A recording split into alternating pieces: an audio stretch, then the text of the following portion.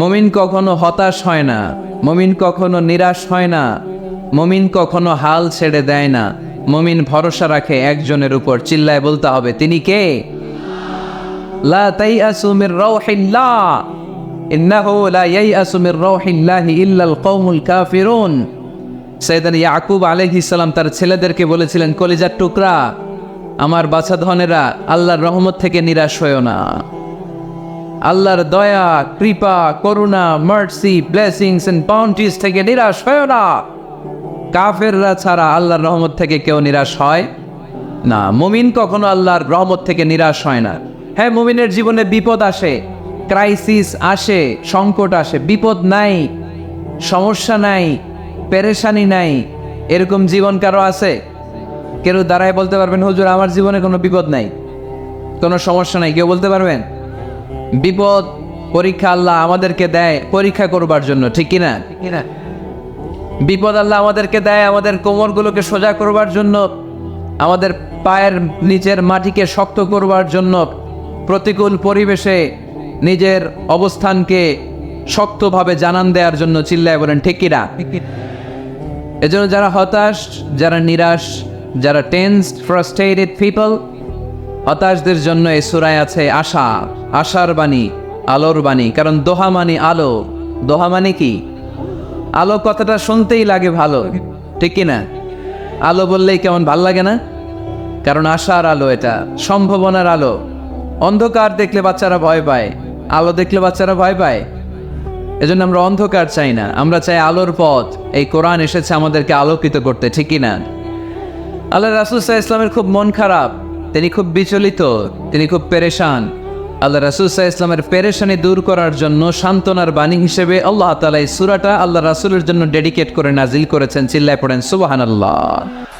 আর আল্লাহ বুঝাতে চেয়েছেন, আমার নবীকে আমি যেভাবে পেরেশানি দূর করেছি, সাহায্য করেছি, মুমিনদের জীবনেও আমি আল্লাহর পক্ষ থেকে সাহায্য আছে না নাই? এজন্য আমরা কখনো হতাশ হব না। এই মেসেজটা যদি বাড়িতে আজকে নিয়ে যেতে পারো চুয়াডাঙ্গার ছেলেরা, অনেকে হতাশ, ব্যক্তি জীবনে, পেশাগত জীবনে, পারিবারিক জীবনে হতাশ, চাকরি হয় না, ব্যবসায় মন্দা। যাদের ব্যবসা মন্দা, এই শাহিদুজ্জামান তরিক ভাইয়ের সাথে দেখা করবো। সফল ব্যবসায়ী, বাংলাদেশ কাঁপায়, এখন Singapore কাঁপাইতেছে।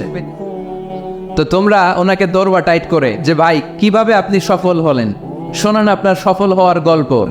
How to succeed in life, কিভাবে ব্যবসায় সফল হতে হয়, কিভাবে আইকন হতে হয়, শহীদ ভাইয়ের কাছ থেকে চুয়াডাঙ্গার ছেলেরা জেনে নিবা। মুমিন কখনো হতাশ হয় না।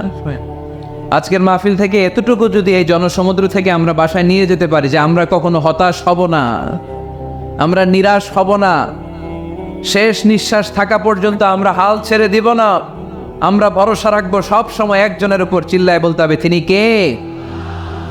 Every time you feel like you cannot go on, you feel so lost that you are so alone.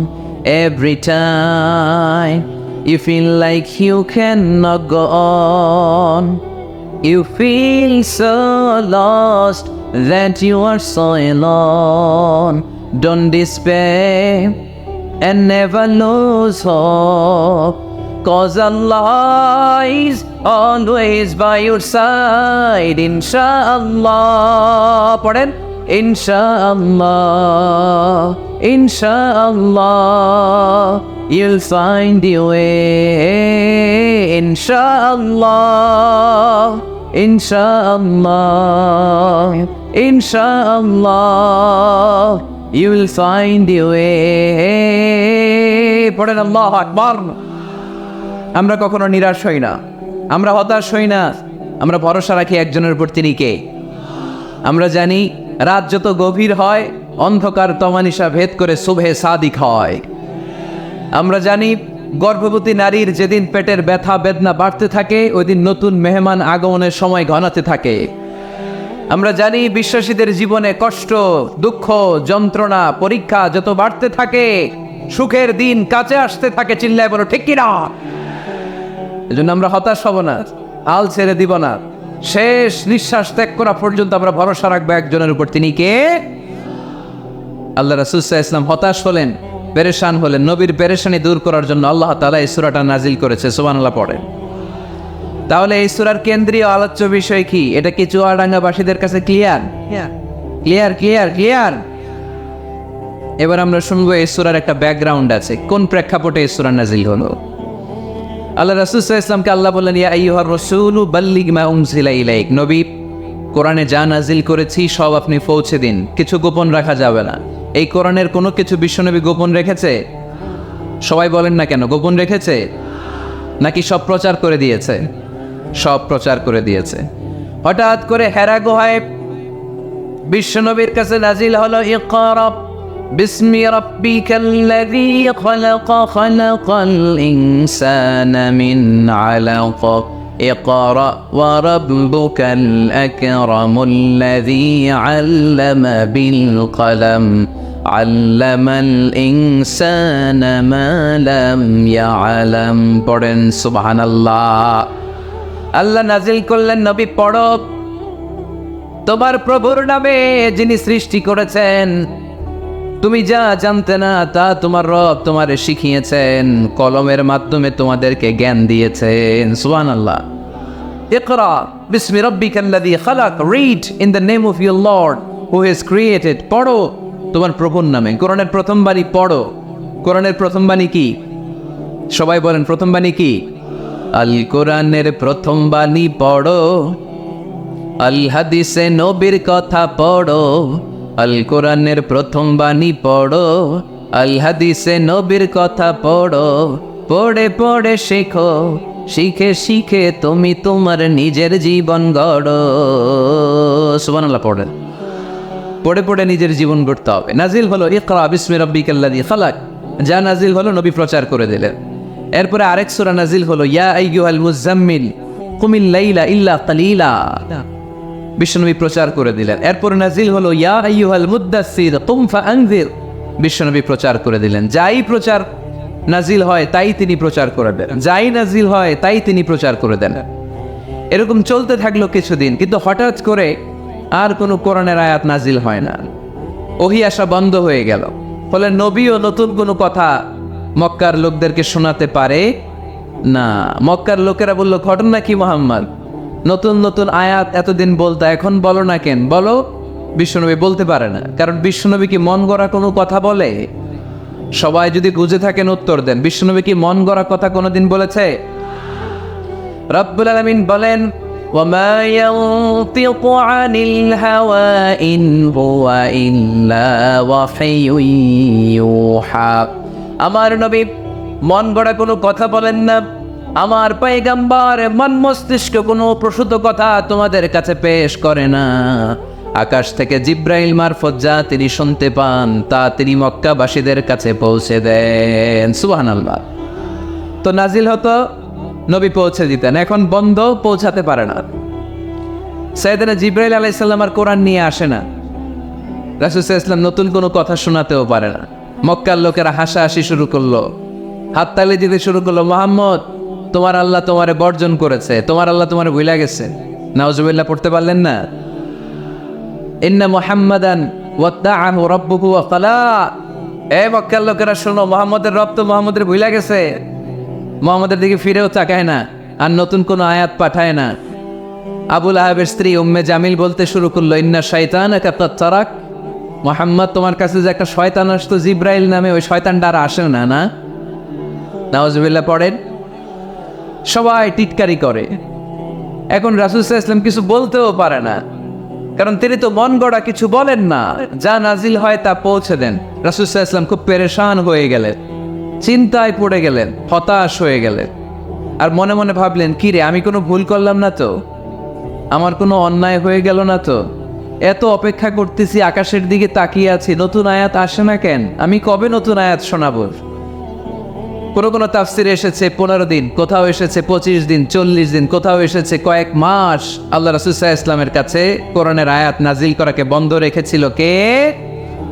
নাজিল হয় না, তিনি কোরআনের আয়াত শোনাতেও পারেন না। আমরাও মাঝে মাঝে এরকম হতাশ হই, কি রে, ব্যবসা করলে লস, চাকরি হয় না, অসুস্থতা, মনে হয় আল্লাহ বোধহয় আমাদেরকে পছন্দ করে না। এরকম টেনশন আমাদেরও আছে না নাই? রাসূল সাল্লাল্লাহু আলাইহি ওয়াসাল্লাম যখন টেনশনে পড়ে গেলেন, আল্লাহ তাআলা এই সূরা নাজিল করার মধ্য দিয়ে আল্লাহ রাসূল সাল্লাল্লাহু আলাইহি ওয়াসাল্লামের টেনশন দূর করে দিলেন। চিল্লায় পড়েন সুবহানাল্লাহ। রাসূল সাল্লাল্লাহু আলাইহি ওয়াসাল্লামের পেরেশানি দূর করার জন্য আল্লাহ নাজিল করলেন ওয়াদ-দুহা ওয়াল-লাইলি ইযা সাজা মা ওয়াদ্দাআকা রাব্বুকা ওয়া মা ক্বালা। ওয়াদ-দুহা আলোর শপথ, ওয়াল-লাইলি ইযা সাজা নিঝুম নিস্তব্ধ রাতের শপথ। সুবহানাল্লাহ পড়েন। প্রথমে আল্লাহ দুইটা কসম কাটলেন। কয়টা? দুইটা। প্রথমে দোহা প্রভাতের সূর্য কিরণের শপথ, আলোর শপথ। এরপরে অন্ধকারের শপথ কাটলেন। আলোর শপথ দিয়ে আল্লাহ তাআলা ওহী আশাকে বোঝালেন, আর অন্ধকারের শপথ দিয়ে আল্লাহ ওহী না আশাকে বোঝালেন। আল্লাহ বুঝাতে চাইলেন নবী সব সময় আলো থাকলে ভাল লাগে না। 24 ঘন্টায় যদি সূর্যের আলো, এখনো সূর্যের আলো, সকালেও সূর্যের আলো, খালি আলো আর আলো, ভাল লাগবে? কথা বলেন না কেন? আবার 24 ঘন্টায় ঘুটঘুটে অন্ধকার, কোনো আলো টালো নাই, ভাল লাগবে? তার মানে জীবন চালাতে আলোরও দরকার, অন্ধকারেরও দরকার। বিশ্বনবীরে বুঝাতে চাইলেন নবী ওহী আসা যেমনি দরকার, মাঝে মাঝে ওহী বন্ধ রেখে আপনার একটু বিশ্রাম দেওয়াও দরকার। সুবহানাল্লাহ পড়েন। সরকারি চাকরি যারা করেন সপ্তাহে কয়দিন জব করেন? জোরে বলেন। 5 দিন। বাকি 2 দিন কি করেন? বিশ্রাম নেন, ছুটিতে থাকেন। 7 দিনে যদি কাজ করা লাগতো ভাল লাগতো? কথা বলেন না কেন? ভাল লাগতো না। আবার 7 দিনে যদি ছুটি থাকতো ভাল লাগতো না। তার মানে কাজেরও যেমনি দরকার, বিশ্রামেরও দরকার, ঠিক কিনা? আল্লাহ বুঝাতে চাইলেন নবী কাফেরদের কথায় কান দিবেন না। ওরা বলে আমি আপনারে ভুলে গিয়েছি। না না, কোশ্চিন কালেও না। আমি আপনারে কেমন করে ভুলে যাই? আপনি আমার বন্ধু। আমি ইচ্ছা করেই ওহী নাজিল বন্ধ রেখে কিছুদিন আপনারে ছুটি দিলাম। আল্লাহর পক্ষ থেকে আমি আপনার জন্য বিশ্রামের ব্যবস্থা করে দিয়েছি। তবে বিশ্রামের ব্যবস্থা করে দিলাম, কারণ প্রতিদিন ওহী নাজিল হলে এটা পৌঁছে দেওয়া, এটা চারটিখানি কথা নয়। ওহীর বাণী এটা কোনো মন্ত্রীর বাণী না। ওহীর বাণী এটা কোনো প্রেসিডেন্টের বাণী না। ওহীর বাণী প্রধানমন্ত্রীর বাণী না। ওহীর বাণী রাজা বাদশার বাণী নয়। ওহীর বাণী আমাদের কাছে পাঠিয়েছে কে? এই কালামুল্লাহ মাজিদের ওজন আসরা নাই। আল্লাহ বললেন ইন্না সানুকি আলাইকা কওলান সাকিলা। নবী গো, কোরআনের বাণী এটা হালকা কোনো বাণী নয়, এটা ভারী একটা বাণী। এই বাণী যদি আমি সাগরে নাজিল করতাম, এই কোরআনের বাণী যদি আমি জঙ্গলে নাজিল করতাম, আর এই কোরআনের বাণী যদি আমি পাহাড়ের মধ্যে নাজিল করতাম, কোরআনের ভারে বড় বড় পাহাড়গুলো মুহূর্তের মধ্যে ভেঙে চড়ে খান খান হয়ে যেত। লাউ আনজালনা হাযাল কুরআনা আলা জাবালিন লারাআইতাহু খাশিআম মুতাসাদ্দিআম মিন খাশিয়াতিল্লাহ। নবী হে, এই কোরআনকে আপনার উপর নাজিল না করে যদি আমি হিমালয় পাহাড় মাউন্ট এভারেস্টের উপর নাজিল করতাম, আমেরিকার আলাস্কা মাউন্টেন রেঞ্জের উপর নাজিল করতাম, ইউরোপের আল্পস পর্বতমালায় নাজিল করতাম, আমি যদি বড় বড় তুর পাহাড়ের উপর নাজিল করতাম, আপনি দেখতেন কোরআনের ভারে পাহাড়গুলো ভেঙে চুড়ে খান খান হয়ে গিয়েছে। তার মানে কোরআনের ওজন আছে না নাই? কোরআনের বাণী কি পাতলা, হালকা না ভারী? সবাই বলুন, হালকা না ভারী? কতটা ভারী? রাসূল সাল্লাল্লাহু আলাইহি ওয়াসাল্লাম যখন ওটের উপর বসে থাকতেন, তখন কোরআনের আয়াত নাজিল হলে ওটের পা মাটির মধ্যে দেবে যেত। ঘোড়ার উপর যখন বসে থাকতেন, তখন কোরআনের আয়াত নাজিল হলে ঘোড়া মাটিতে বসে যেত। মাঝে মাঝে আল্লাহ রাসূল সাহাবীদের পায়ের উপরে মাথা রেখে ঘুমাতেন। সাইয়েদনা যায়েদ রাদিয়াল্লাহু তাআলা আনহুর পায়ের মধ্যে, রানের মধ্যে মাথা রেখে বিশ্বনবী একবার ঘুমালেন। যায়েদ রাদিয়াল্লাহু তাআলা আনহু বলেন, অনেকক্ষণ বিশ্বনবী শুয়ে রইলেন, কিন্তু আমার কষ্ট হয় নাই, আমি টের পাই নাই। কিন্তু হঠাৎ বিশ্বনবীর উপর কোরআন যখন নাজিল হওয়া শুরু হয়ে গেল, আমার মনে হলো বিশ্বনবীর মাথার ওজন উহুদ পাহাড়ের সমান ভারী হয়ে গেছে। এতক্ষণ ধরে বিশ্বনবীর মাথার কোনো ওজন নাই। হঠাৎ যখন কোরআনের আয়াত নাজিল হতে লাগলো, দেখলাম বিশ্বনবীর মাথার ওজন এতটা বেড়ে গিয়েছে, আমার মনে হচ্ছে আমার পায়ের হাড় আর রান ফেটে মুহূর্তের মধ্যে খান খান হয়ে যাবে। তার মানে কোরআনের আয়াত সবসময় রিসিভ করা, ওহী সবসময় নেয়া এবং ওহীর বাণী পৌঁছে দেয়া, এটা সাধারণ কোনো কাজ নয়। সব সময় ওহী লাগাতার নাজিল হলে নবীর কষ্ট হয়ে যাবে। এজন্য নবীর কষ্ট দূর করার জন্য সরকারি চাকরি যারা করেন যেমনি ছুটি পান, নবীকে একটু ছুটি আর বিশ্রামে রাখার জন্য আল্লাহ তাআলা ইচ্ছা করেই ওহী নাজিল বন্ধ রেখেছেন। চিল্লায় পড়েন সুবহানাল্লাহ। এজন্য আল্লাহ তাআলা নবীর আশ্বস্ত করে বললেন, নবী ওয়াদ-দুহা والليل إذا سجى ما ودعك ربك وما قلى وللآخرة خير لك من الأولى ولسوف يعطيك ربك فترضى পড়েন আল্লাহু আকবার। সূরার শুরুতে আল্লাহ শপথ কাটলেন দুইটা। কয়টা? সবাই বলেন, আরো জোরে বলতে হবে কয়টা? তাহলে শপথের পর্ব শেষ। শপথ যখন শেষ, তারপরের তিনটি আয়াতে কনফার্মেশন। আল্লাহ তাআলা তার নবীকে কনফার্ম করেছেন যে নবী আমি আপনার সাথে আছি, নবী আমি আপনার সাথে আছি। এই এলাকার ওসি সাহেব যদি আপনারে বলে আমি আপনার সাথে আছি, সাহস লাগবে না? এসপি সাহেব যদি বলে আপনার সাথে আছি, সাহস লাগবে না? এমপি সাহেব যদি বলে সাথে আছি, সাহস লাগবে? প্রধানমন্ত্রী যদি বলে ভয় নাই সাথে আছি, সাহস লাগবে না? ডোনাল্ড ট্রাম্প যদি বলে ভয় নাই সাথে আছি, সাহস লাগবে? আর রাজাদিরাজ মালিকুল আমলাক, গোটা বিশ্বের সব রাজাদের রাজা মহারাজা আল্লাহ যদি বলে সাথে আছি, সাহস লাগে কি লাগে না? বিশ্ব নবীরে সাহস যোগালেন। পরের তিনটা আয়াতে আল্লাহ তাআলা নবীরে বললেন, নবী ভয় নাই, never lose hope, never give up, never be frustrated, আর হতাশ হবেন না, আমি আপনার সাথে আছি। চিল্লায় পড়েন সুবহানাল্লাহ।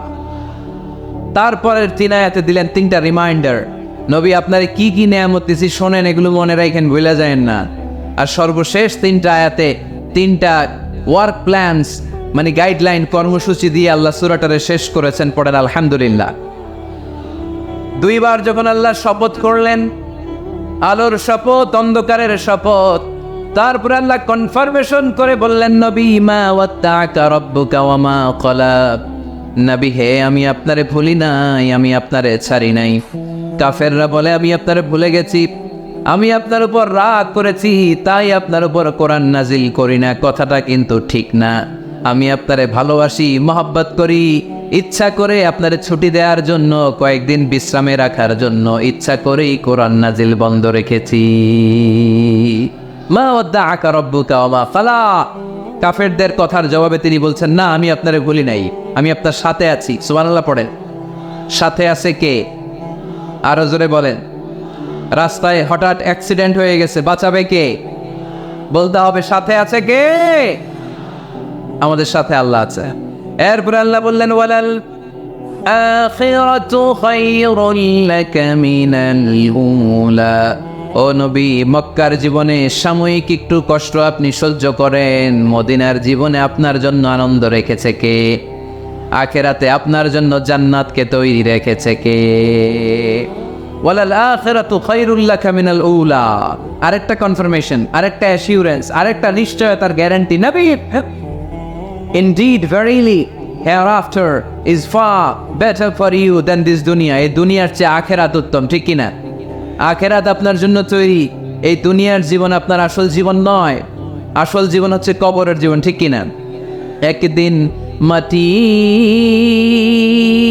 ভেতরে হবে ঘরে মন আমার, কেন বান্ধ দালান ঘর রে মন আমার, কেন বান্ধ দালান ঘর। প্রাণ পাখি উড়ে যাবে পিঞ্জর ছেড়ে,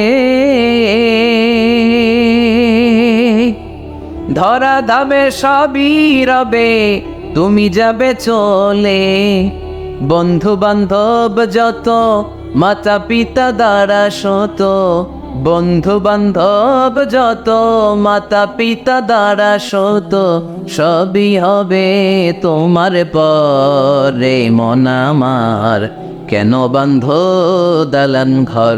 একদিন মাটির ভেতরে হবে ঘরে মন আমার, কেন বান্ধ দালান ঘর। ঠিক না? মাটির ঘর আসল ঘর। এই ছোট্ট দুই লাইনের নাশিদ, এই গানটাই আমাদের হেদায়েতের জন্য যথেষ্ট, তাই না? কত কষ্ট করে বিল্ডিং বানালাম, কত কষ্ট করে ফ্ল্যাট কিনলাম, কত দামি টাইলস দিয়ে আমার গোসলখানাটা বানালাম, কিন্তু আমার জীবনের শেষ গোসলটা কি আমার ওই গোসলখানায় হবে? চিল্লায় বলতে হবে, হবে। এজন্য আল্লাহ বললেন, ওয়ালাল আখিরাতু খায়রুল লাকা মিনাল উলা। ও নবী, দুনিয়ার জীবন আসল জীবন নয়, আসল জীবন হলো আখিরাতের জীবন, ঠিক কি না? কিন্তু আমরা পাগল হয়ে আছি কোন জীবনের জন্য? দুনিয়ার পিছনে এই মরিচিকা, এই লোভ লালসা, এই ক্ষমতার দাপট, হ্যাঁ, এই সেলিব্রিটিজম, এই চোখ ধাঁধালো গ্ল্যামারাস লাইফের দিকে আমরা পাগলের মতো মরিচিকার পেছনে ছুটে বেড়াচ্ছি, আর আখিরাতের কথা আমরা বেমালুম ভুলে গিয়েছি, ঠিক কিনা? এজন্য আল্লাহ বললেন, বাল তুসিরুনাল হায়াতাদ দুনিয়া ওয়াল আখিরাতু খায়রুন ওয়া আবকা। তোমরা দুনিয়ার জীবনকে বড্ড বেশি প্রাধান্য দাও, কিন্তু জেনে রেখো, মনে রেখো, দুনিয়া আসল নয়, আসল ঠিকানা হলো মুমিনের আখিরাত। 2 নম্বর কনফার্মেশন, ওয়াল আখিরাতু খায়রুল লাকা মিনাল উলা। নবী আখিরাত আপনার জন্য রেডি। 3 নম্বর কনফার্মেশন, ওয়ালা সাউফা ইউতিকা রাব্বুকা ফাতারদা। নবী হে, অচিরেই এমন এমন জিনিস আমি আপনারে দেব, এগুলো পেয়ে আপনি খুশি হয়ে যাবেন। সুবহানাল্লাহ পড়েন। Verily I'm gonna give you something that will make you happy. এমন এমন জিনিস আমি আপনার জীবনে দেব, এগুলো পেয়ে আপনি খুশি হবেন। নবী আপনি হতাশ হবেন না, নবী আপনি নিরাশ হবেন না, নবী আপনি হাল ছাড়বেন না। আরে আমি তো আপনার সাথে আছি। সাথে আছে কে? বিপদে পড়লে বলবেন আমার সাথে আছে কে? রক্ষা করবে কে? বাঁচানোর মালিক একজন, চিল্লায় বলো তিনি কে? পারবেন পারবেন বলতে পারবেন? কি বলবেন? সাথে আছে কে? আমাদের সাথে থাকে কে? এটাই আমাদের ভরসা, এটাই আমাদের বিজয়ের মাধ্যম, বিজয়ের গোপনতম রহস্য। বলে সাউফা ইউতিকা রাব্বুকা ফাতারদা। নবী হে, অচিরেই এত এত জিনিস আমি আপনারে দেব, আপনি খুশি হয়ে যাবেন। সুবহানাল্লাহ পড়ে। যেখানেই নবীর মন খারাপ, সেখানেই আল্লাহ তাআলা এমন কিছু নবীকে হাজির করে দেন, ওইটা পেয়ে নবী খুশি হয়ে যায়। কারণ নবী হচ্ছেন আল্লাহর বন্ধু, হাবিবুল্লাহ। ইব্রাহিম আলাইহিস সালাম উনি ছিলেন খলিলুল্লাহ। ইব্রাহিম আলাইহিস সালাম আল্লাহর কি ছিলেন? কথা বলেন, খলিলুল্লাহ। আর আল্লাহ রাসূল সাল্লাল্লাহু আলাইহি ওয়াসাল্লাম হাবিবুল্লাহ। খলিল মানেও বন্ধু, হাবিব মানেও বন্ধু। খলিল মানে এমন বন্ধু যেই বন্ধু আল্লাহরে খুশি করার জন্য কাজ করে, আর হাবিব মানে এমন বন্ধু যেই বন্ধুরে খুশি রাখার জন্য আল্লাহ নিজেই কাজ করে। আল্লাহ রাসূল সাল্লাল্লাহু আলাইহি ওয়াসাল্লাম হচ্ছেন হাবিবুল্লাহ। আল্লাহ রাসূল সাল্লাল্লাহু আলাইহি ওয়াসাল্লাম কি? হাবিবুল্লাহ। যেখানেই আল্লাহ রাসূল সাল্লাল্লাহু আলাইহি ওয়াসাল্লামের মন খারাপ, আল্লাহ রাসূল সাল্লাল্লাহু আলাইহি ওয়াসাল্লামের মন ভালো করে দেয় কে? আল্লাহ রাসূলের মন ভালো করে দেওয়ার দায়িত্ব স্বয়ং নিয়েছে কে?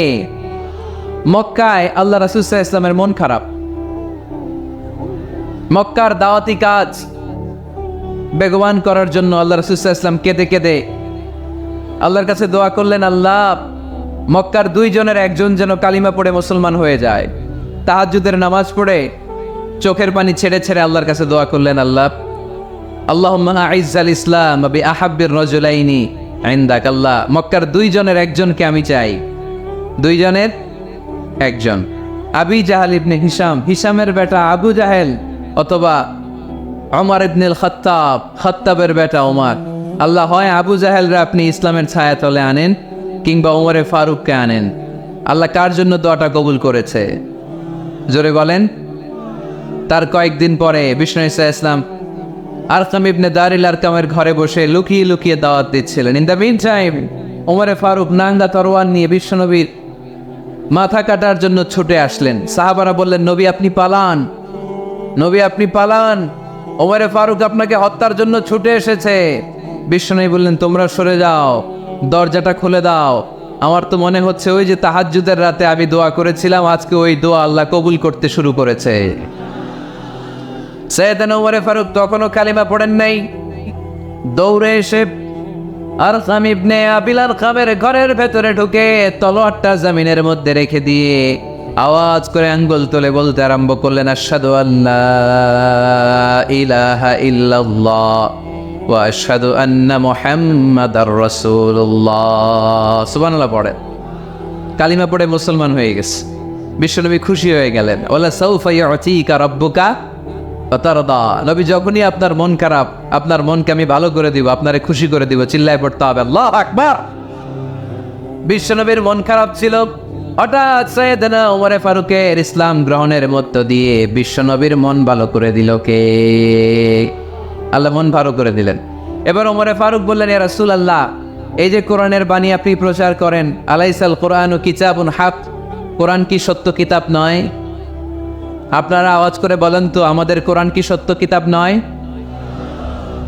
ইসলাম কি সত্য ধর্ম নয়? আল্লাহ কি আমাদের সঠিক রব নয়? তিনটা প্রশ্ন করলেন বিশ্বনবীকে। আপনাদের মতোই বিশ্বনবী বললেন হ্যাঁ, কোরআনও সত্য, ইসলামও সত্য, আল্লাহও সত্য। এবার ওমরে ফারুক বললেন ফাফিমাল ইখতিফা, নবী তাহলে লুকিয়ে লুকিয়ে দাওয়াত দেন কেন? লুকিয়ে লুকিয়ে ঘরের ভিতরে কোরআন পড়েন কেন? আজকে থেকে আমি উমর আপনার সাথে আছি। সুবহানাল্লাহ বলতে পারলেন না মজা করে?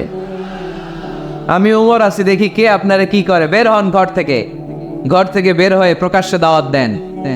বিশ্বনবী বললেন না ওমর, এটা মাক্কি জীবন, এখানে গোপনে দাওয়াত দিতে হবে।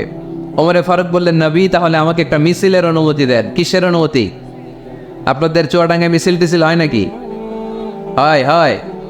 বিশ্বনবী বললেন যাও, ঠিক আছে, মিছিলের অনুমতি দিলাম। মোট 11 জন তিনি পেলেন।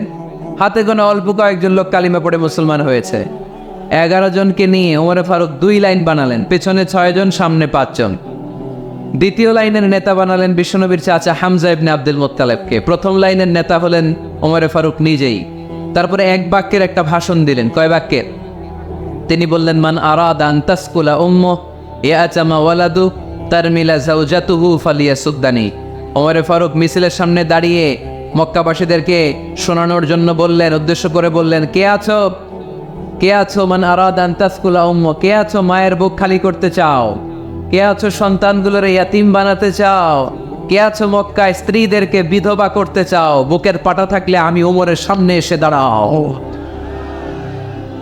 কেউ সামনে আসতে পারে নাই। ওমরে ফারুক স্লোগান তুললেন আল্লাহু আকবার, আল্লাহু আকবার, আল্লাহু আকবার। আল্লাহু আকবার স্লোগান আর কেউ শোনে নাই, শোনে নাই।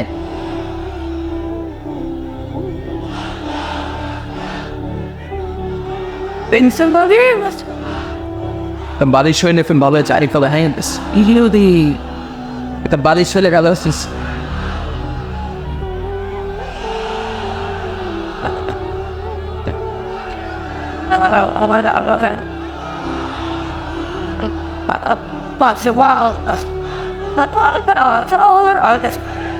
The shine. It was very other than a little outlet, so his best culture, so it where's that? The word you all feel like to do that.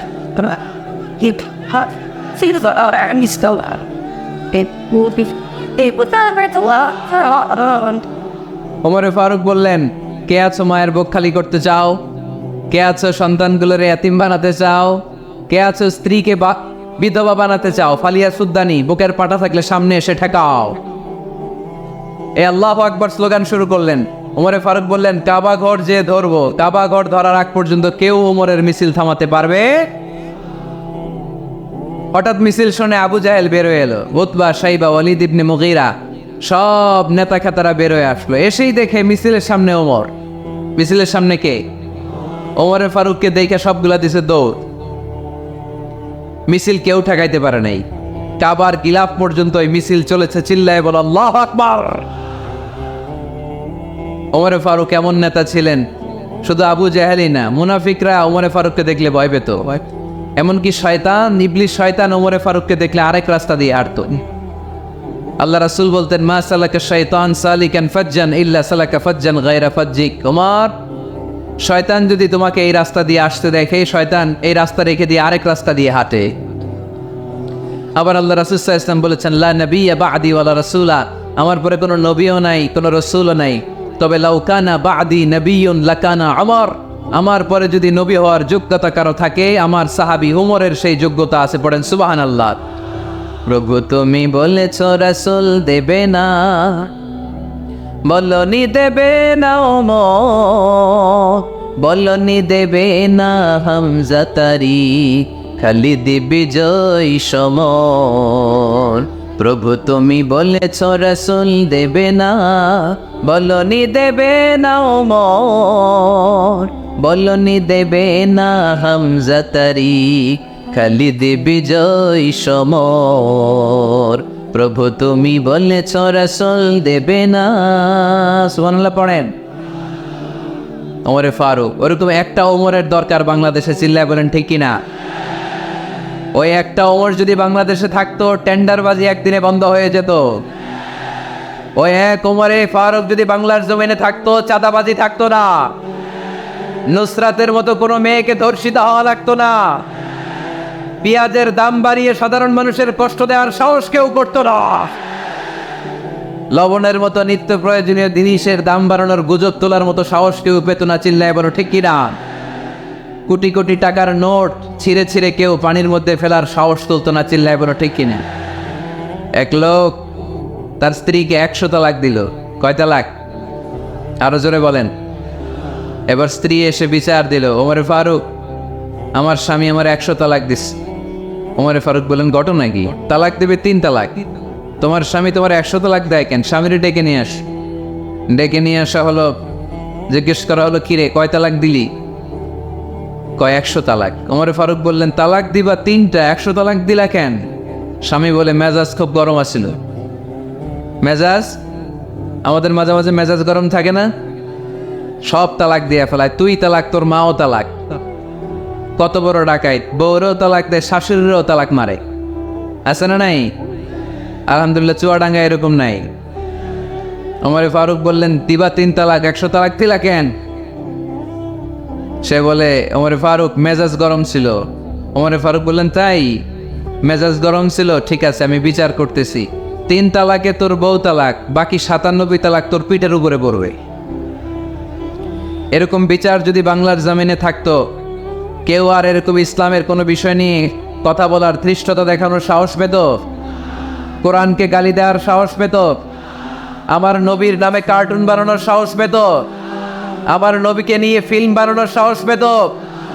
বিশ্ব নবীকে গালি দেওয়ার সাহস পেত? ইসলাম নিয়ে কটু কথা বলার সাহস পেত?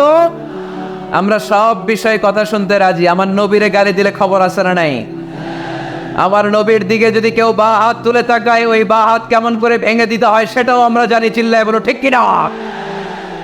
ইসলামের বিরুদ্ধে যদি কথা বলে, ওইটা আমরা সহ্য করি না। চিল্লায় বলেন ঠিক কিনা? আমার নবীরে গালি দিলে, আমার কোরআনকে গালি দিলে, আমার আল্লাহরে গালি দিলে, আমার ইসলামকে গালি দিলে আমাদের কলিজায় আগুন ধরে কি ধরে না? নবীকে গালি দিলে কলিজায় আগুন লাগে, কোরআনকে গালি দিলে কলিজায় আগুন লাগে। কার কার কলিজায় আগুন লাগে? হাত তুলে আল্লাহর দেখা।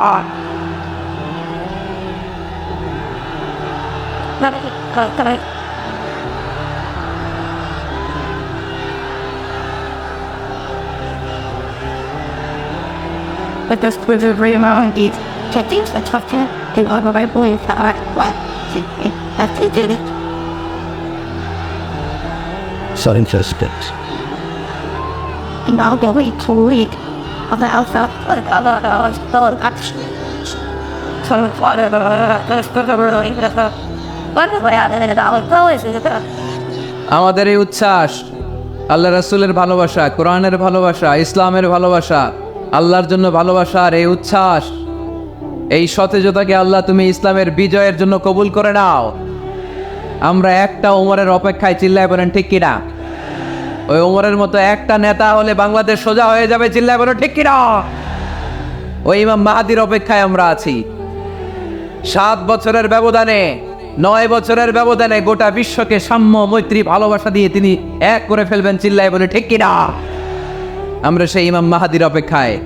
একজন ওমরই পারে গোটা বিশ্বটারে শান্তি, সাম্য, মানবতা আর ভ্রাতৃত্বের বন্ধনে অটুট রাখতে। সে ওমরে ফারুক যখন ইসলাম ধর্ম গ্রহণ করলেন, বিশ্বনবীর পেরেশানি দূর করে দিল কে? এজন্য আল্লাহ বললেন, ওয়ালা সাউফা ইউতিকা রাব্বুকা ফাতারদা। ও নবী, অচিরে এমন কিছু আমি আপনারে দান করব, এগুলো পেয়ে আপনি খুশি হয়ে যাবেন। সুবহানাল্লাহ পড়েন। যেখানেই নবী পেরেশান, ওইখানে নবীর মন ভালো করে দেয় কে? মক্কা থেকে 80 কিলোমিটার দূরে তায়েফের ময়দান। যারা হজ উমরা করেছেন তারা জানেন, প্রায় 80 কিলোমিটার দূর এই তায়েফের ময়দানে বিশ্বনবী পাহাড়ি পথ পাড়ি দিয়ে দাওয়াত দিতে গেলেন। তায়েফের লোকেরা কি নবীর দাওয়াতে সাড়া দিয়েছে? নবীকে পাথর মেরেছে, ঠিক কিনা? রক্তাক্ত করেছে 3-3টা জায়গায়। কয় জায়গায়? বিশ্বনবীর চাইতে সুন্দর মানুষ পৃথিবীতে ছিল? বিশ্বনবীর চাইতে সুন্দর মানুষ বর্তমানে পৃথিবীতে আছে?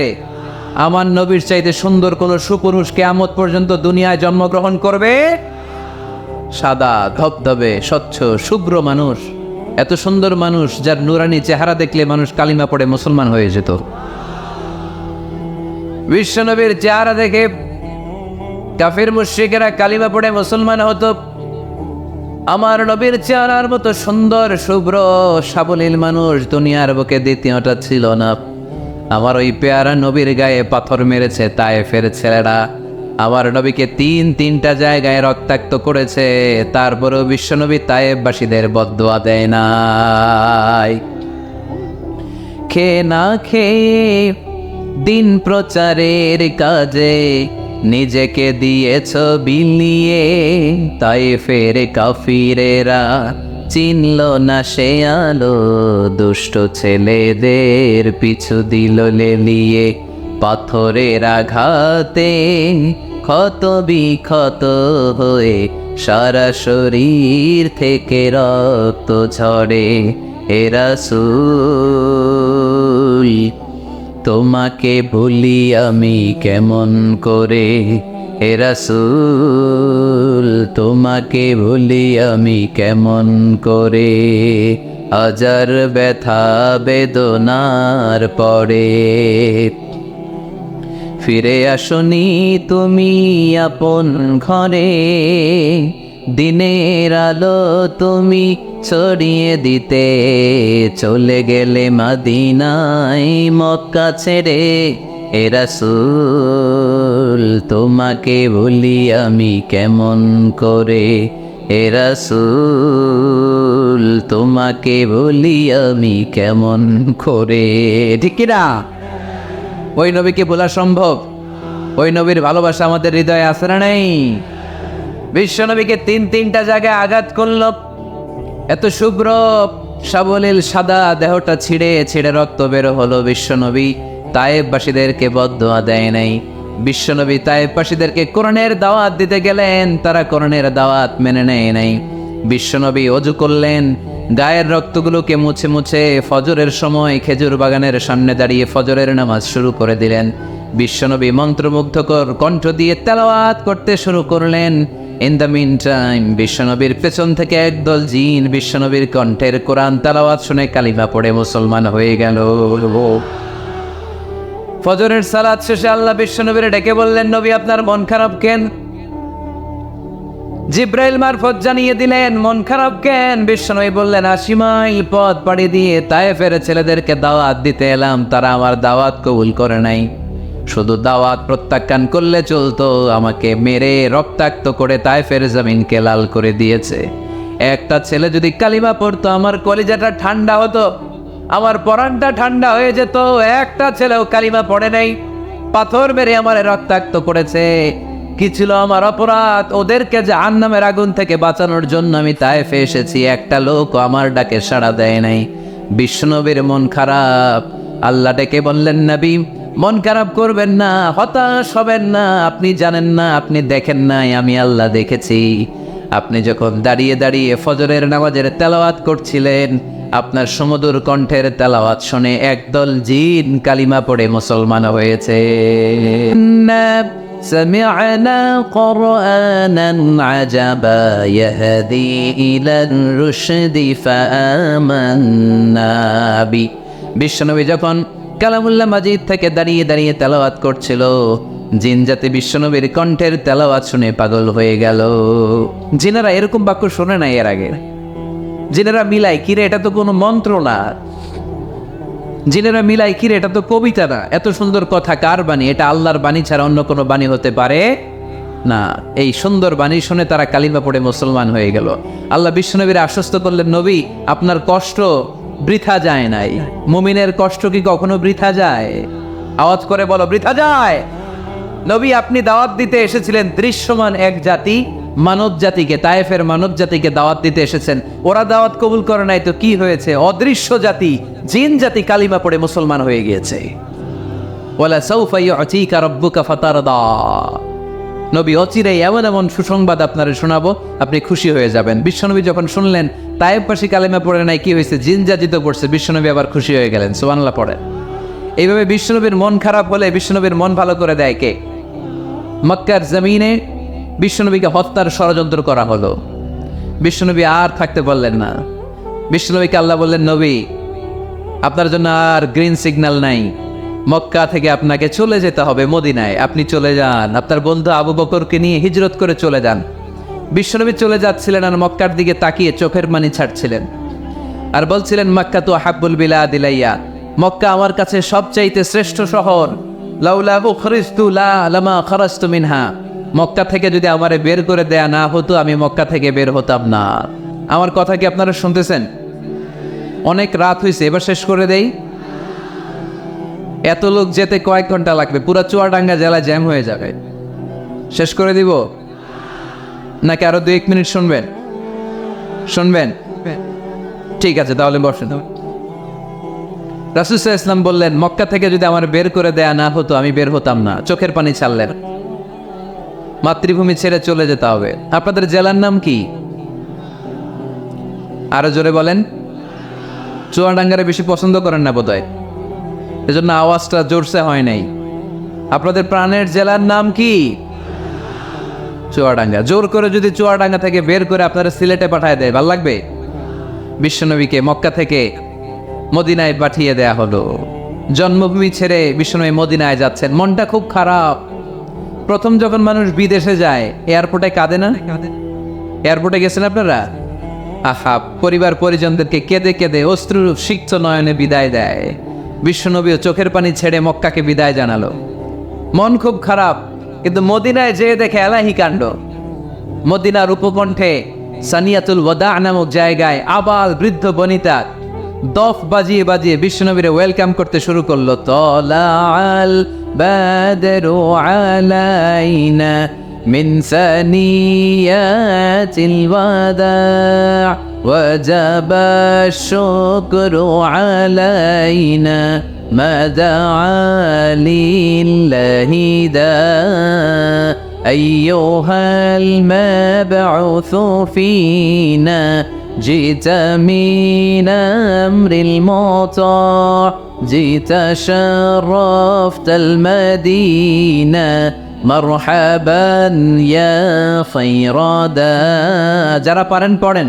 طلع البدر علينا من ثنيات الوداع وجب الشكر علينا ما دعا لله دا পড়েন না আল্লাহু আকবার। এই বিশাল জনসমুদ্র দেখে তলাল বদরু আলাইনা আর দফ বাজাতে বাজাতে নবীকে ওয়েলকামিং রিসিপশন দেয়া হলো। এই মদিনার মানুষের ভালোবাসা দেখে মক্কা থেকে যে তিনি চোখের পানি ছেড়ে বিদায় নিয়েছেন, এই দুঃখের কথা বিশ্বনবী ভুলে গেলেন। বিশ্বনবীর মনকে আবার খুশি করে দিল কে? সুবহানাল্লাহ কইতে পারলেন না? ওয়ালা সাউফা ইউতিকা রাব্বুকা ফাতারদা, নবী অচিরে এমন জিনিস আপনাকে আমি দান করব, আপনি খুশি হয়ে যাবেন। আবার বিশ্বনবী শুনতে পেলেন ওনার আগের পয়গম্বরদের বয়স ছিল কারো 1000 বছর, কেউ হায়াত পেত 2000 বছর, কেউ পেত 1500 বছর। তাদের উম্মতের মধ্য থেকে কেউ বাঁচত 800 বছর, 700 বছর। বিশ্বনবী মনে মনে দুঃখ পেতে শুরু করলেন, হায় হায়, আমার উম্মতের গড় বয়স এত কম। আগের উম্মতেরা হায়াত পেয়েছে বেশি, ইবাদত করার সুযোগও পেয়েছে বেশি। আমার গুনাহগার উম্মতেরা হায়াত পাবে কম, তাই ইবাদতের সুযোগও তাদের কম। ঠিক কি না? আল্লাহ রাসূল সাল্লাল্লাহু আলাইহি ওয়াসাল্লাম ফরমান, আমার উম্মতি মা বাইনা 60 ইলা 70। আমার উম্মতের গড় বয়স 60 থেকে 70। 60 থেকে 70-এর মধ্যে আমার উম্মতের বেশিরভাগ লোক মারা যাবে। ওয়া আকাল্লুহুম মান ইয়াজুযু যালিক, হাতে গোনা অল্প কয়েকজনই 70-এর বেশি হায়াত পাবে। আপনাদের চুয়াডাঙ্গার কি অবস্থা? কত হায়াত পায় মানুষ? 80 বছর বয়স পেয়েছেন এরকম কেউ আছে নাকি আজকের মাহফিলে? 80 বছরের মুরব্বী কেউ আছেন? নাই। 70 বছর হায়াত পেয়েছেন কেউ আছে? হ্যাঁ, আছে। 60 বছর বয়স আছে? 60 বছর আছেন। 50 আছে কার কার দেখি? 50। টরিক ভাইয়ের বয়স কত? শহীদ ভাই বয়স কত চলে? 50। মাশাআল্লাহ, আরো 50 বছর আল্লাহ বাঁচায় রাখুক। সবাই পড়ি আমিন। তো রাসূল সাল্লাল্লাহু আলাইহি ওয়াসাল্লাম চিন্তিত হলেন, হায় রে, আগের উম্মতেরা হায়াত পাইতো 1000 বছর, 1500 বছর। আমার উম্মত 60 থেকে 70-এর মধ্যে সব মরে যাবে। ওরা ইবাদত করার সুযোগ পেয়েছে বেশি, আমার উম্মতের কি হবে? সুবহানাল্লাহ কইবেন না? কি দরদ আমাদের জন্য। কি মায়ার নবী, কি দয়ার নবী। আমার নবীর চাইতে দয়ালু মানুষ পৃথিবীতে ছিল? আমার নবীর চাইতে বিশ্বস্ত মানুষ পৃথিবীতে আছে? আমাদের বড় বিশ্বস্ত, সে কোন বন্ধু বলো বেশি বিশ্বস্ত, সে কোন বন্ধু বলো বেশি বিশ্বস্ত। কার কাছে মন খুলে দেয়া যায়, কার কাছে প্রাণ খুলে দেয়া যায়, হওয়া যায় অতি আশ্বস্ত। তার নাম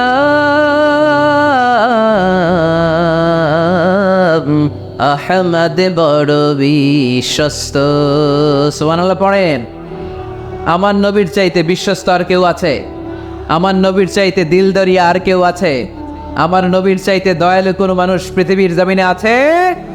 ওমা আরসালনাকা ইল্লা রাহমাতাল লিল আলামিন, I have sent you as a mercy for the entire universe. নবী হে, আমি গোটা বিশ্বের জন্য আপনাকে রহমত করে প্রেরণ করেছি। চিল্লায় পড়েন সুবহানাল্লাহ। আবার বিশ্বনবী ফরমান, লিকুল্লি নবিয়্যিন দাওয়া মুস্তাজাবা। দুনিয়ার সব নবীকে আল্লাহ একটা করে বিশেষ দোয়া করার সুযোগ দিয়েছে। এই দোয়াটা করার সাথে সাথে এই দোয়াটা আল্লাহ কবুল করে নিয়েছে। আর দুনিয়ার বুকে যত নবী এসেছিল সব নবীরা তাদের দোয়াটা দুনিয়ায় শেষ করে ফেলেছে। ওয়া ইন্নী আখতাবিউ দাওয়াতি শাফাআতান লিউম্মতি ইয়াউমাল কিয়ামা। কিন্তু আমি আমার স্পেশাল দোয়াটা দুনিয়ার বুকে করি নাই, আমি কিয়ামতের দিন আমার উম্মতদেরকে সুপারিশ করার জন্য স্পেশাল দোয়াটা রেখে দিয়েছি। আমার নবী দোয়াটা রেখে দিয়েছে আমার জন্য, আপনার জন্য, আমাদের জন্য। বিশ্বনবী দোয়াটা করে নাই। সব নবী আল্লাহর পক্ষ থেকে কয়টা দোয়া পাইছে স্পেশাল? সবাই বলেন না? একটা। ওই দোয়া করার সাথে সাথেই কবুল হবে, একটা করে দোয়া। সব নবীরা ওই দোয়াটা দুনিয়াতেই করেছে, কোনো নবী বাকি নাই। সব নবী দোয়াটা দুনিয়াতেই কাজে লাগিয়ে ফেলেছে, আমার নবী ছাড়া। আমার নবী কি দোয়াটা দুনিয়াতে করছে? দুনিয়ায় বিশ্বনবী বিপদে পড়েন নাই, ওই দোয়াটা করলেই বিপদ থেকে মুক্তি পেতেন। কিন্তু আমার জন্য, আপনার জন্য, আমাদের জন্য রেখে দিয়েছেন। কিয়ামতের দিন আমরা যখন বিপদে পড়ে যাব, আমাদেরকে বিপদ থেকে উদ্ধার করার জন্য বিশ্বনবী ওই দোয়াটা করে আমাদেরকে উদ্ধার করবে। চিল্লায় এখন সুবহানাল্লাহ। বিশ্বনবী কিয়ামতের দিন শুধু কাঁদতে থাকবে। আকাশের জলজলে সূর্যটা মাথার কাছে চলে আসবে, মাথার মগজগুলো ভাতের মাড়ের মতো গলে গলে নাকের ছিদ্র কানের ছিদ্র দিয়ে বেয়ে বেয়ে পড়বে। তৃষ্ণায় ক্ষুধায় জিহ্বাটা বের হয়ে কুকুরের মতো নাভিস্থল পর্যন্ত চলতে থাকবে। জমিনটারে তামার জমিন বানিয়ে দেওয়া হবে। সবাই শুধু বলবে ইয়া নফসি ইয়া নফসি, আল্লাহ তুমি আমারে বাঁচাও। অলিরা বলবে ইয়া নফসি, শহীদরা বলবে ইয়া নফসি, নবীরা বলবে ইয়া নফসি, উম্মত বলবে ইয়া নফসি। সবাই বলবে আল্লাহ তুমি আমারে বাঁচাও, আল্লাহ তুমি আমারে বাঁচাও, আল্লাহ তুমি আমারে বাঁচাও। ঠিক ওই মুহূর্তে বিশ্বনবী প্যারা নবী মাকামে মাহমুদে সিজদায় পড়ে কাঁদবে। তিনি ইয়া নফসি না বলে চিৎকার করে কেঁদে কেঁদে বলবে উম্মতি উম্মতি রবলি হাপিলি উম্মতি, ও রব আমার উম্মতকে তুমি বাঁচাও। পুরো কিয়ামত জুড়ে চিৎকার ইয়া নফসি, আল্লাহ আমারে বাঁচাও। বিশ্বনবী বলবে ইয়া উম্মতি, আল্লাহ উম্মতরে বাঁচাও। সুবহানাল্লাহ পড়বেন না? বিশ্বনবী মাথা তুলবেন না। রব্বুল আলামিন সাইয়েদনা জিবরাইল আলাইহিস সালামকে পাঠাবেন, জিবরাইল যাও নবীকে জিজ্ঞেস করো ইয়া নবী আল্লাহি মা ইউবকি, কেন আপনি কাঁদেন? বিশ্বনবী মাথা তুলবেন না, সিজদারত অবস্থায় উত্তরে বলবেন উম্মতি উম্মতি, আল্লাহ আমার উম্মতের কি হবে আপনি বলেন, আমার উম্মতরে আপনি বাঁচান। সাইয়েদনা জিবরাইল এসে বলে ও মাবুদ, আপনার নবী বলে উম্মতের কি হবে, উম্মতের কি হবে? আল্লাহ বলেন জিবরাইল আমার নবীরে যে বলো ইন্না সানুরদিকা ফি উম্মাতিক ফালা নাসু। আমি আমার নবীর দুনিয়ার বুকে যখন মন খারাপ ছিল তখন যেমনি মন ভালো করে দিয়েছি, আজকেও আমার নবীর উম্মতের ব্যাপারে এমন একটা ঘোষণা আমি দেব, এই ঘোষণা শুনে আমার নবী খুশি হয়ে যাবে। সারা দুনিয়াতে, দুনিয়ার বুকে নবী যখনই পেরেশান, নবীর মন খারাপ, আমি যেমনি মন ভালো করে দিয়েছি, আজকেও এই কিয়ামতের ময়দানে নবীকে এমন ঘোষণা শোনাবো, এই ঘোষণা শুনে আমার নবী খুশি হয়ে যাবে। চিল্লায় পড়তে হবে আল্লাহু আকবার।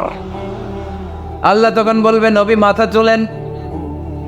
মাথা তোলেন, ইরফা রাসাক, নবী মাথা তোলেন, সাল তুতা, আপনার কান্না আমার সহ্য হয় না, সাল তুতা, যা চাবেন তাই দেব। ইশফা তুশাফা, যার ব্যাপারে আপনি আজকে সুপারিশ করবেন তার জন্য আমি সুপারিশ কবুল করে নেব। সাউফা ইউতিকা রাব্বুকা ফাতারদা, নবী এমন এমন জিনিস আপনারা দেব আপনি খুশি হবেন। তারপরও নবী খুশি হবেন না, নবী অস্থির হয়ে থাকবেন আমাদের জন্য একটা পতাকা নিয়ে, আমাদের সবাইকে নিয়ে আমার নবী, পেয়ারা নবী জান্নাতের দরজার মধ্যে একটা ধাক্কা দিবেন, পড়েন আল্লাহু আকবার। জান্নাতের রক্ষী ফেরেশতা বলবে, মান আনতা, আপনি কে? বিশ্বনবী বলবেন, আনা মুহাম্মদ, আমার নাম মুহাম্মদ সাল্লাল্লাহু। মুহাম্মদ শোনার পরে গার্ড অফ অনার দিয়ে বিশ্বনবীর জন্য জান্নাতের বিশাল দরজাগুলো খুলে দেয়া হবে। আর জান্নাতের ফেরেশতারা বলবে, নবী গো, জান্নাত সৃষ্টির পর থেকে আজ পর্যন্ত আমরা দাঁড়িয়ে আছি, কবে আপনি জান্নাতে ধাক্কা মারবেন আর আপনার জন্য জান্নাতের দরজা খুলে দেব। আপনার আগে যেন কারো জন্য জান্নাতের দরজা খোলা না হয়, এ ব্যাপারে আমাদেরকে কঠোর নির্দেশনা দিয়েছে কে? বিশ্বনবী লক্ষ লক্ষ কোটি কোটি উম্মতে মুহাম্মাদীকে নিয়ে সেদিন জান্নাতের ভেতরে যখন ঢুকবেন, তখন বিশ্বনবীর মনটারে খুশি করে দিবে কে? ওয়ালা সাউফা ইউতিকা রাব্বুকা ফাতারদা, নবী হে, এমন এমন জিনিস আপনারে আমি দান করব, আপনি খুশি হয়ে যাবেন। তার মানে মন খারাপ হলে নবীর মন ভালো করে কে? জোরে বলতে হবে। আপনারা ঘুমায় গেছেন, ঘুম ধরছে, কষ্ট হচ্ছে, চিমায়ে পড়েছে মুসলমান, চিল্লায় পড়েন লিল্লাহে তাকবীর, লিল্লাহে তাকবীর, লিল্লাহে তাকবীর। এরপরে নবীর আল্লাহ স্মরণ করে দিচ্ছেন, আলাম ইয়াজিদিকা ইয়াতীমান ফাআওয়া ওয়া ওয়াজাদাকা দাল্লান ফাহাদা, নবী গো, আমি কি আপনার ইয়াতিম পাই নাই, তারপরে আমি কি আপনার লালন পালনের ব্যবস্থা করি নাই? সুবহানাল্লাহ পড়েন। আমার নবী ইয়াতিম হয়ে বড় হয়েছে, জানেন? ইয়াতিম হয়ে লালিত পালিত হয়েছেন। তিনি যখন মায়ের পেটে বিশ্বনবীর বাবাকে নিয়ে গিয়ে তুলে নিয়েছে কে? 6 বছর বয়সে মাকে তুলে নিল কে? দাদা আব্দুল মুত্তালিবের কাছে লালিত পালিত হলেন। 8 বছর বয়সে দাদাকেও নিয়ে গেল কে? এরপরে ইয়াতিম নবী চাচার কাছে লালিত পালিত হলেন। সুবহানাল্লাহ পড়েন। এজন্য আল্লাহ বললেন, আওয়া আলাম ইয়াজিদিকা ইয়াতীমান ফাআওয়া, নবী হে, আমি কি আপনার ইয়াতিম পাই নাই, আর আপনারে কি আমি আপনার চাচার কাছে লালন পালনের ব্যবস্থা করে দেই নাই? তো এই ছোট্টবেলায় আপনি ইয়াতিম, আপনারা দেখার কেউ নাই, তখন যদি আমি আপনারা সাহায্য করতে পারি, ওই আল্লাহ এখনো আসিরা নাই? বিপদের কালে আমার নবীরে সাহায্য করে উত্তরণের ব্যবস্থা করেছে যে, মুসলমানদের এই ক্রান্তি লগ্নে মুসলমানদের সংকট দূর করার জন্য আমার আল্লাহর রহমত আজও আছে না নেই? পরীক্ষা দিতে হবে, আমাদের পরীক্ষায় পাশ করতে হবে। ওয়ালা তাহিনু ওয়ালা তাহজানু ওয়া আনতুমুল আ'লাউনা ইন কুনতুম মুমিনিন, ভয় পেও না, নিরাশ হয়ো না, হতাশ হয়ো না, বিজয় তোমাদেরই হবে যদি মুমিন হও। চিল্লায় বলেন ঠিক কি না? আলাম ইয়াজিদিকা ইয়াতীমান ফাআওয়া, নবী আপনার ইয়াতীম হিসেবে পেয়েছি, তখন আপনারে আশ্রয় দিয়েছি। তারপরে আল্লাহ বললেন, ওয়া ওয়াজাদাকা দাল্লান ফাহাদা, আপনারে আমি দল্লান হিসেবে পেয়েছি, তারপরে রাস্তা দেখিয়েছি। আপনি রাস্তা খুঁজছিলেন।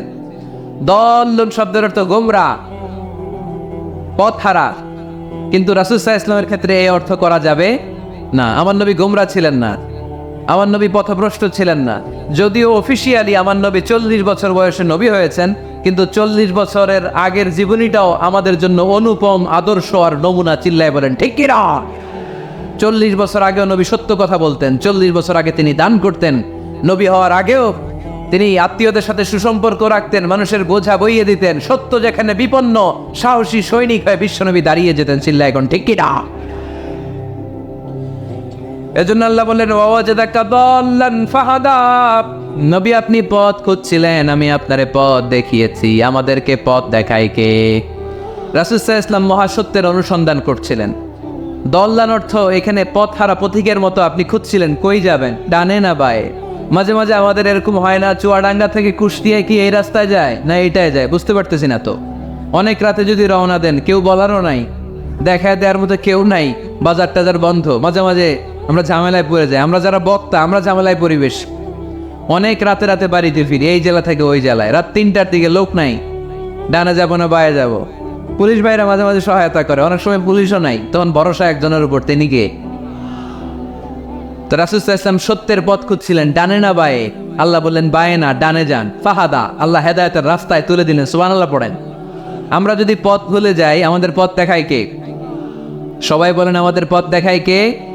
আমি যদি কোনো দিন পথে ভুলে যাই, হাতছানি দিয়ে কাছে নিও, মমতার বন্ধনে আমায় বেঁধে সব ভুল ক্ষমা করে দিও। পড়েন, আমি যদি কোনো দিন পথে ভুলে যাই, হাতছানি দিয়ে কাছে নিও, মমতার বন্ধনে আমায় বেঁধে সব ভুল ক্ষমা করে দিও। পড়েন আমিন।